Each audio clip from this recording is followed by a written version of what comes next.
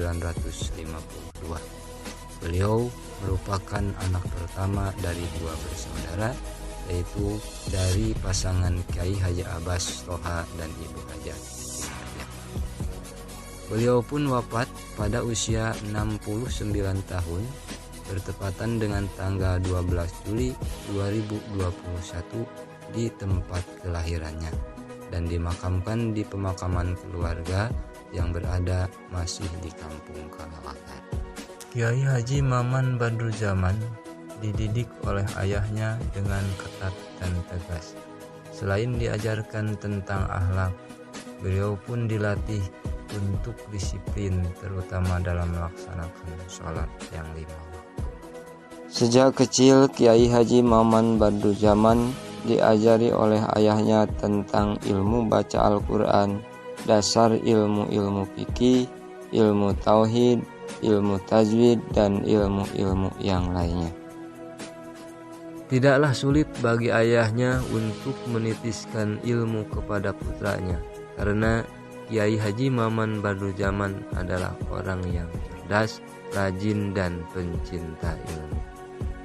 Selain dari ayahnya, Kiai Haji Maman Badruzzaman menimba ilmu dari pamannya, yaitu Kiai Haji Soleh.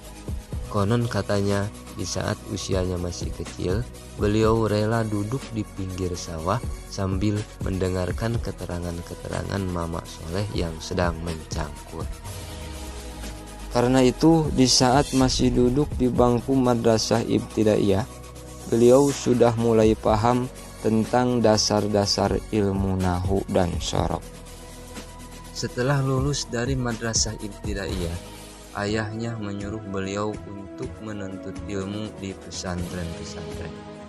Tidak ada yang tahu berapa lama dia mondok, yang pasti dia pernah mengaji di pondok pesantren Cipasung, pondok pesantren Awipari, pondok pesantren Sukaratu, dan terakhir di pondok pesantren Al-Barokah yang berada di Kampung Sindangsari, Desa Rancapakul. Karena kedewasaannya dan pengalamannya dari beberapa pesantren, keberadaan beliau di pondok pesantren tersebut lebih banyak mengajar daripada mengaji. Bahkan beliau pun dipinta oleh seorang tokoh kampung terdekat, yaitu Kampung Susukan Gede, untuk ikut menjadi guru di madrasah diniyah yang dulu namanya adalah Sekolah Agama. Demi menambah pengalamannya, beliau sempat mondok di pondok pesantren Al-Falah Cicalengka pimpinan Kiai Haji Syahid. Karena selain kitab kuning, beliau pun ahli dalam bidang tarik suara.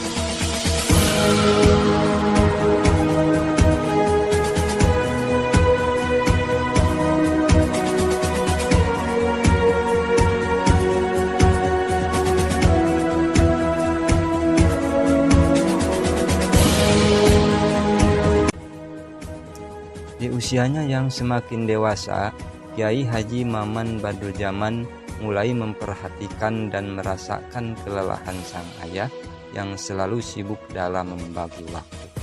Karena selain guru ngaji, ayahnya pun berprofesi sebagai buruh tani dan kuli bangunan. Maka dari itu beliau langsung menemui sang kiai agar diberi izin untuk membantu ayahnya di rumah. Setelah diberi izin oleh gurunya dan resmi diam di rumah, sang ayah langsung menyerahkan aktivitasnya di bidang pendidikan kepada beliau. Setelah itu pun, ibu dan ayahnya juga keluarganya mulai memikirkan tentang sosok pendamping bagi beliau, yang sebelumnya mereka tidak pernah memikirkannya.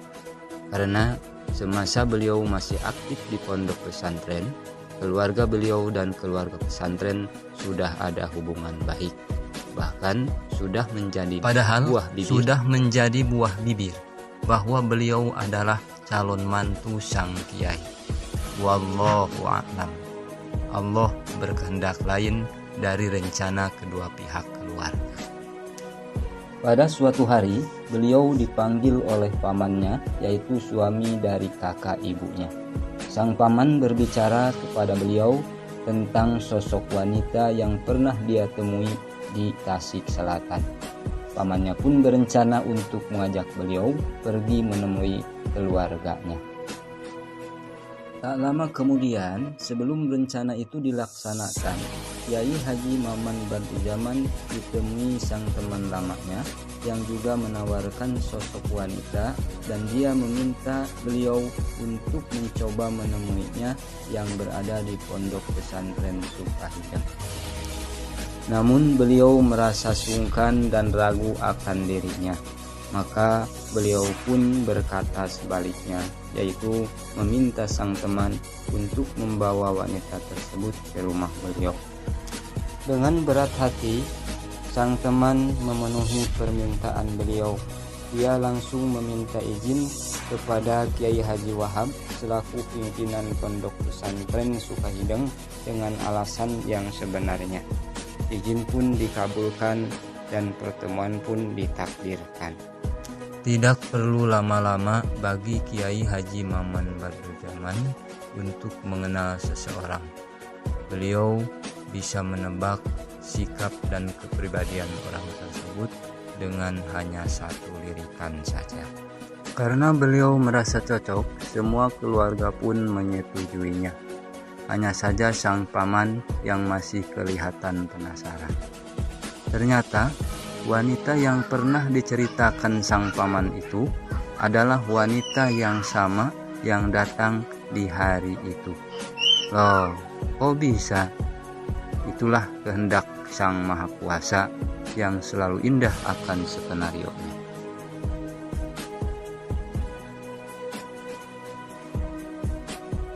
Saat pernikahan pun tiba.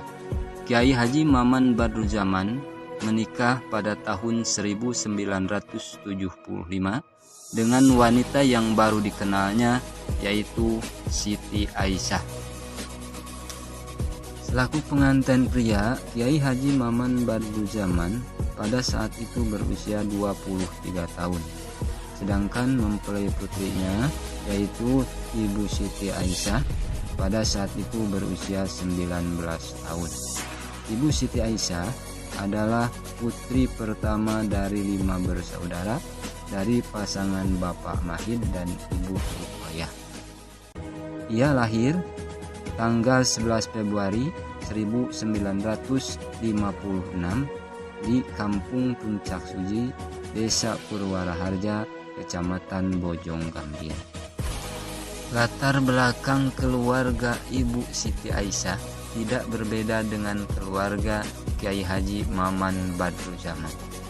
Selain guru ngaji, ayah Ibu Siti Aisyah adalah seorang petani dan buruh harian lepas. Pengalaman pendidikannya pun hampir sama. Ibu Siti Aisyah mulai mondok di pondok pesantren Tubansari, kemudian di pondok pesantren Manunjaya, lalu di pondok pesantren Al-Falah Cicalengka, dan terakhir di pondok pesantren Sukahideng. Setelah dilaksanakannya akad pernikahan dan resmi menjadi suami istri, Kiai Haji Maman Badruzaman dan istrinya menjalani hidup berkeluarga dengan sakinah, mawaddah, warahmah. Keberadaan sang istri bagi Kiai Haji Maman Badruzaman bukan hanya pendamping dalam rumah tangga, tapi ia pun sebagai asisten di dunia pendidikannya, yang semakin lama semakin berkembang. Bukan hanya anak-anak atau yang datang dari lingkungan setempat, melainkan dari luar kampung pun mulai berdatangan. Sampai-sampai ayah beliau, Kiai Haji Abbas Toha, membuatkan ranggon di rumahnya untuk santri-santri yang tidak mungkin pulang ke rumahnya. Dari itulah beliau mulai prihatin terhadap anak didiknya yang belum memiliki fasilitas. Akhirnya beliau pun mulai berunding kepada keluarga dan masyarakat untuk mencari solusi agar hal tersebut bisa diatasi. Alhamdulillah, keluarga dan masyarakat pun menyambutnya dengan baik. Akhirnya dengan rasa ikhlas dan tanggung jawabnya, mereka pun membangun satu unit pondok dan madrasah di atas tanah milik yang dihibatkan oleh Ibu Hajah Siti Khadijah kepada beliau. Pada tahun 1977, bangunan tersebut mulai selesai. Dan di tahun itu pula, lembaga yang beliau pimpin resmi menjadi pondok pesantren.